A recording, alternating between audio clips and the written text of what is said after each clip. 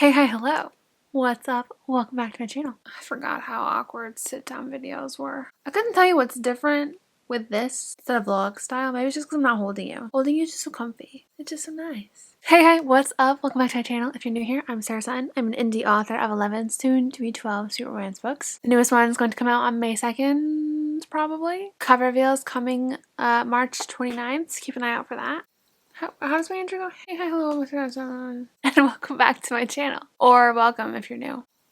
I don't remember how I did my intro. It's been a while, okay? It's been a while. I am knee-deep in the editing trenches right now, working on draft 3. I'm currently on chapter 11, finished chapter 11, just have to go through and make some tweaks before you can move on to chapter 12. All that to say, my content, my vlogs, repetitive. I know. And so like to have Monday's video the same thing as Friday's video, the same thing as Monday's video, the same thing as Friday's video, and it's all the same. I know it's not fun, and I'm sorry. Thus begins our mini-series, Q&As. I've been wanting to do Q&As for a very long time. I haven't done one in a while, and this is, been something I've been wanting to do, and it feels like the right time to. So today, Monday, we have a Q&A for my lovely patrons over on Patreon. Friday, we'll have the vlog style sort of editing check-in, how's things going, that sort of video. And then next Monday we have a Q&A, but Instagram edition. Buckle up, buckle in, and let's just dive in. Before we do, don't forget to hit that thumbs up button if you like these kind of videos. Without further ado, let's open up our Patreon questions. My patrons are seriously so amazing. I have loved having a Patreon.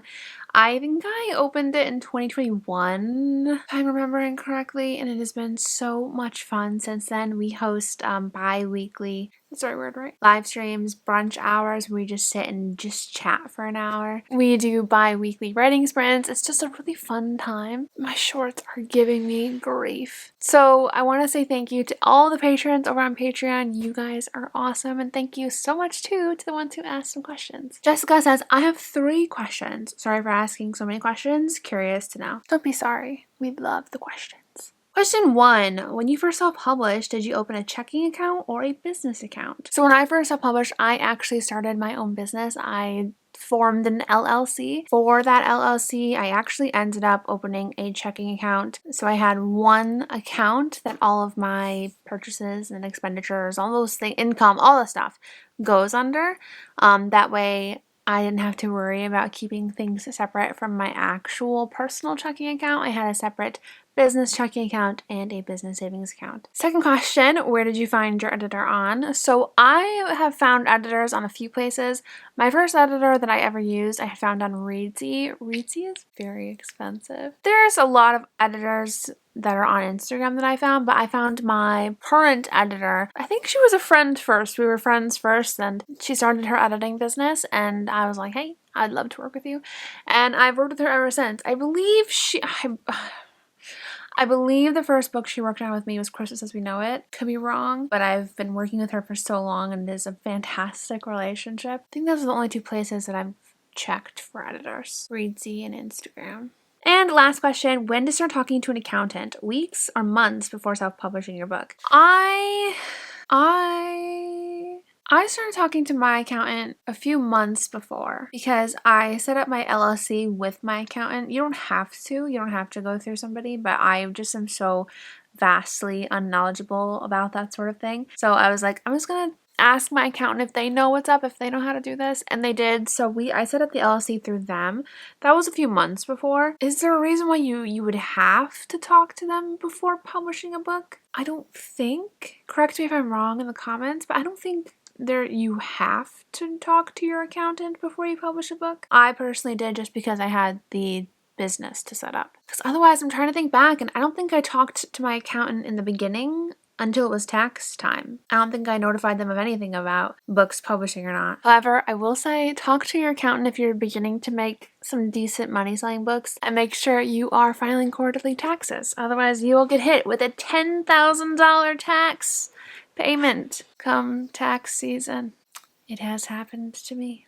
That was a dark time. Thank you for your questions, Jessica. We have V. Hi, Sarah. I just want to say that I can never catch the lives, but I always watch the replays and I love them. And I'm so happy you can catch the replays anyway. And that's the cool thing too about Patreon. If you can't attend the lives, you can attend the replays. I have 2 questions. Back when you offered short stories on Patreon, did you have them professionally edited or did you do self-edits only? I did self-edits. They were rough. My short stories on Patreon, rough. There's a lot of typos. I went through like a pass, but I never did professional edits or anything like that. It was more so just kind of like a brain dump writing those stories, and it was kind of cathartic to write, just a brain dump on the page and post it for you guys. But yeah, I did self edits. Question 2, why did you stop offering them? I can't remember if you explained why. Sorry if you did. I'm just curious because I'm considering doing something like that in the future. I stopped offering the short stories on Patreon, so I was doing short stories once a month, about 5,000-ish words for a dedicated short story once a month. In the beginning, that was in my $1 tier, and that was just a lot extra writing to do on top of my other writing deadlines that I had for $1 a month. Then I ended up making a dedicated short story tier for I think it was $3 a month, but still it was just a lot that I had to like brainstorm topic ideas. I believe I stopped the self-publishing to the short story tier when the Most Likely To series ended. I'm pretty sure that's when I stopped it. Like I had run out of ideas of content for what I could do for short stories because I had done all of the boy point of views. I had done cute little side stories with some characters, Christmas stories, like that sort of thing. So I ran out of content ideas, and it became more of a stressor than I think it was worth. Kind of just comes down to, how much time you have and how much time you can put into something. I had a friend reach out recently asking about if Patreon was worth it. And it's hard because like everybody has different time constraints and restrictions and what they find valuable for like what they do with their time. And for the longest time, I loved writing short stories once a month. I had fun doing it and I had boundless ideas for it. And then those ideas ran dry. And instead of stressing myself over it every single month and kind of like hindering my creative process, I just decided to pause the short story tier. And if I ever wrote short stories in the future, I would just tack it on to my self-publishing tier. So that way they're still getting some of the bonus content, but I don't have to worry about writing something brand new every single month. It does become a lot very quickly. So I would recommend, if you wanted to start something like that yourself, to brainstorm what you want to do, make sure it's manageable for you, and kind of have a pretty good list of what you can go from. That way you're not 4 months in being like, I don't know what to write for my short story tier, that sort of thing. Thank you for your question, V. This one is from Nina. At what stage in your writing career did you decide to start your YouTube channel? Was it a decision based on marketing as an author or for the creative expression of YouTube? I love your channel and I find it motivating and comforting. Was just curious about its origins. So I actually started my channel March 31st of 2020. So 2.5 months after I published my first book. I have always wanted to start a YouTube channel. I just never had anything before that I could vlog about. I think I've started a few YouTube channels. Like I have one, like my personal YouTube. I had tried to make that a YouTube channel in the beginning. I've always just loved the idea of just like talking to a camera and like posting videos and connecting with people online. And like, I grew up watching like Tara Michelle and Remy Cruz and who else did I love to watch? I just had a lot of comfort YouTubers watching their like lives, like what they do, all that sort of thing. It has always like piqued and interested me. I wouldn't say I did it specifically for marketing purposes. I don't really use it too much for marketing so much now. I feel like this side is my space to be author Sarah. Like you guys get to see all the writing stuff, all the cool behind the scenes of how I edit my stuff, all the more so writing aspects of things. And then Instagram is my like bookish side where I talk about my books, share about my books. Sometimes I will, hey, you're supposed to be cute, not give Twilight. Yeah, rude. Sometimes I'll get a little bit writer-y. That's what I meant to say. YouTube is the writer side. Instagram is the author side. Sometimes I'll get writer-y on Instagram where I'll share word counts or share things like that. I really want to keep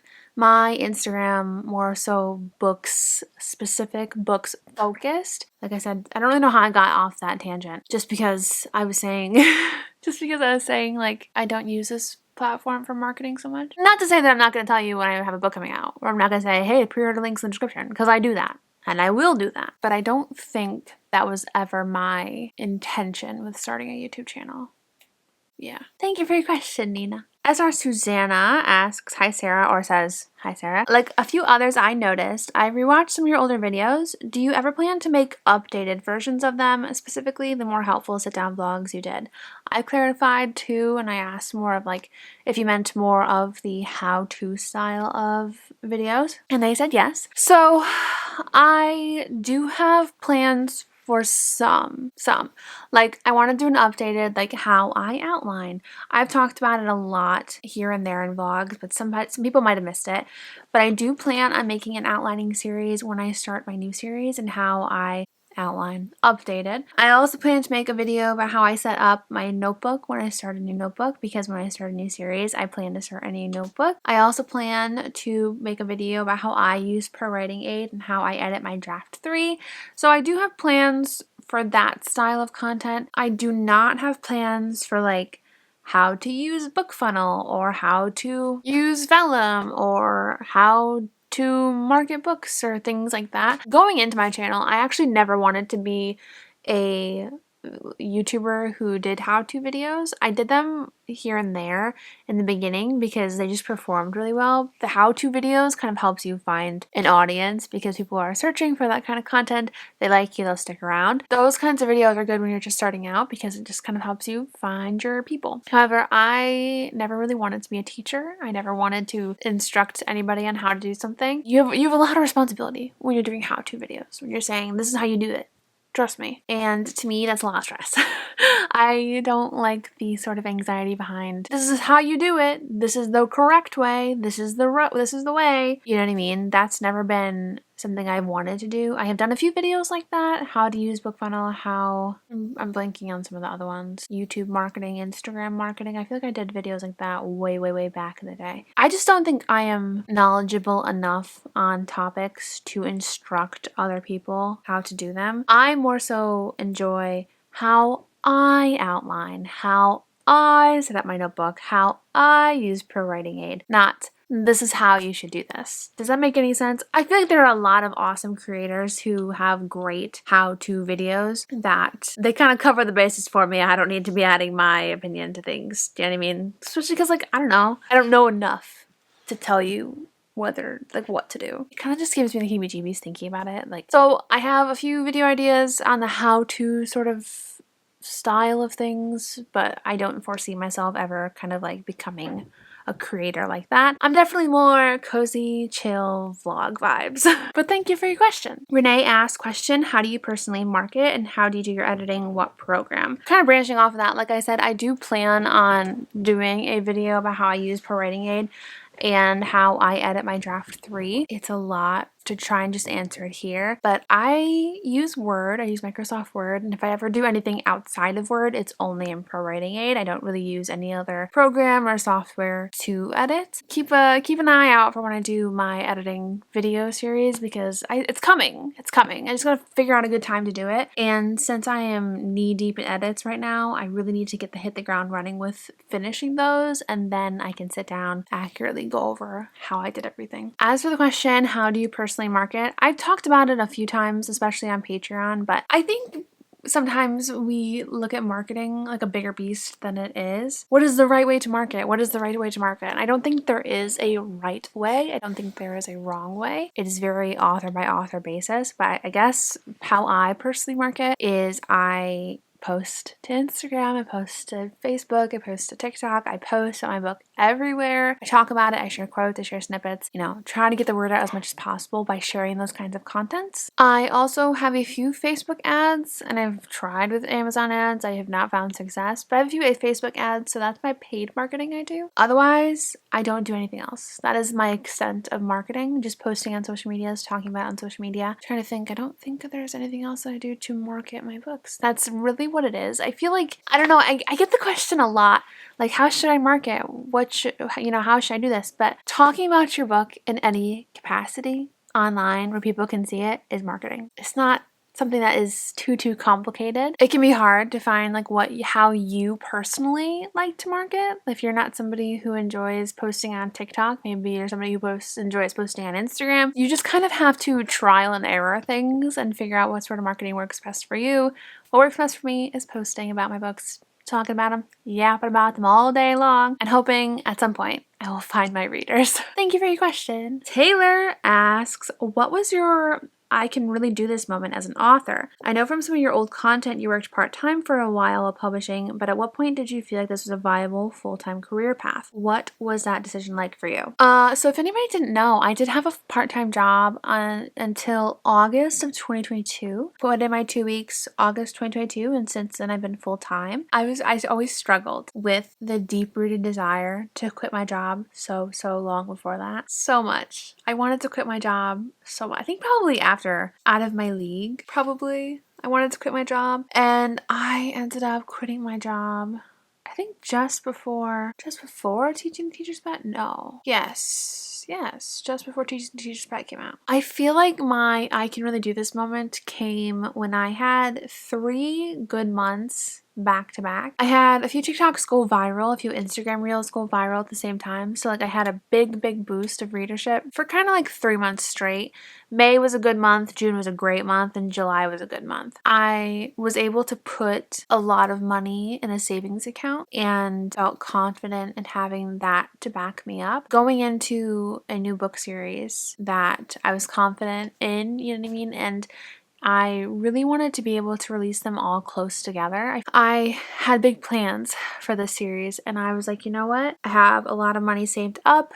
I have a lot of books in my head I know that I want to write. And so for me, it just kind of felt like the right time. Yeah, once those 3 good months happened, I'm like, okay, I feel confident enough with that. I can like be really financially responsible and keep going ahead. And if things flopped and I, used up the money from those 3 good months, I could always just get another part-time job. Not that big of a deal. What my goal was is I really in my head wanted to be making $3,000 a month in books alone to go full-time, because I think 3 to 4,000 was kind of where I wanted to be, I believe, in books alone, because to me that was kind of close to a full-time income and it felt stable enough for me. So that is where I did it. It wasn't impulsive. It was done after a lot of consideration, but I think as much as putting a number to it isn't fun, I feel like when you look at it from a business sense, that's how you can determine if it's a viable path for you. If you are making enough money with like your current living situation with bills, if you're making enough money that you can live well or, live comfortably, not stressed paycheck to paycheck with your books, I think that's a good indicator if it can be time for you. And it was back then. Thank you for your question, Taylor. Melanie says, hi Sarah, greetings from England. My question is, what made you choose romance as the genre you wanted to write? And are there any books in particular that inspired you to write it? I'm writing a cozy fantasy novel because I read Legends and Lattes and love the cozy, low-stakes fantasy vibe so much. I don't know if there was a specific book that inspired me to write romance. I have been writing romance from like the dawn of time for me. I've talked about this a lot. I started writing like stories in the 3rd grade. Second grade. First grade? It was early. I read The Gingerbread Man in the 1st grade. I don't remember what it was, but one of those. I believe it. I don't know. I read The Gingerbread Man when I was little, and I immediately went home, took the book, and basically copied it word for word into like a document on my mom's like ancient computer. And I'm like, oh my gosh, I wrote this. And it's like, no girl, you just copied it. But I was so excited. And the 3rd grade, I remember that. The 3rd grade was when I specifically was like, I found out authors that's a job. Because up until then, I think I just thought that you were an author like for fun. You wrote books for fun. And in the 3rd grade, when I found out writing a book could be your job, you could like, that's your career, I was like, that's gonna be me. I'm going to write books for a living. And so I remember in the 4th or 5th grade, I hand wrote a story, put it in like one of those like plastic binder things with the clips, and I passed it around to my classmates to read, and they were all like, oh my gosh, that's great, you know, very cute and encouraging. And then in middle school, I started a Quotev, which is kind of like a Wattpad. It's like Quizazz. If anyone remembers Quizazz, it turned into Quotev. And I started writing One Direction fan fiction. I wrote One Direction fan fiction up until the middle of high school, maybe. And then in the middle of high school, that is when I started writing original romance stories. I actually wrote out of my league right after my senior year of high school ended, because I was like, okay, let's just dive into the headspace of senior year of high school, because I don't know, I'm just fresh out of high school. I'm still, you know, in that high school headspace. Let's write a book about it. I've always known I wanted to write, and it's always been romance. I don't think I've written anything other than romance. I wrote fantasy romance, paranormal romance, but the romance was like the heaviest part. It was the fantasy and the paranormal elements were definitely secondary to the romance. It's always been romance for me. I've always been a true romantic at heart. Isn't that funny? But that is it. That is all my questions from Patreon. Thank you to my lovely patrons for all the great questions. I hope you guys enjoyed this video. Next Monday is going to be the Instagram version of this Q&A with a lot of questions, a lot of fun ones too. I was going through them and I'm like, ooh. So stay tuned for that video. And Friday is going to be how I'm doing on the editing train. So if you're curious about that, don't forget to tune into that one as well. Hit the bell notification so you never miss out on an upload from me. So that's all I got. I'm Sarah Sutton. I'm an indie author of 11, soon to be 12 sweet romance books, and I'll see you guys next time. Bye!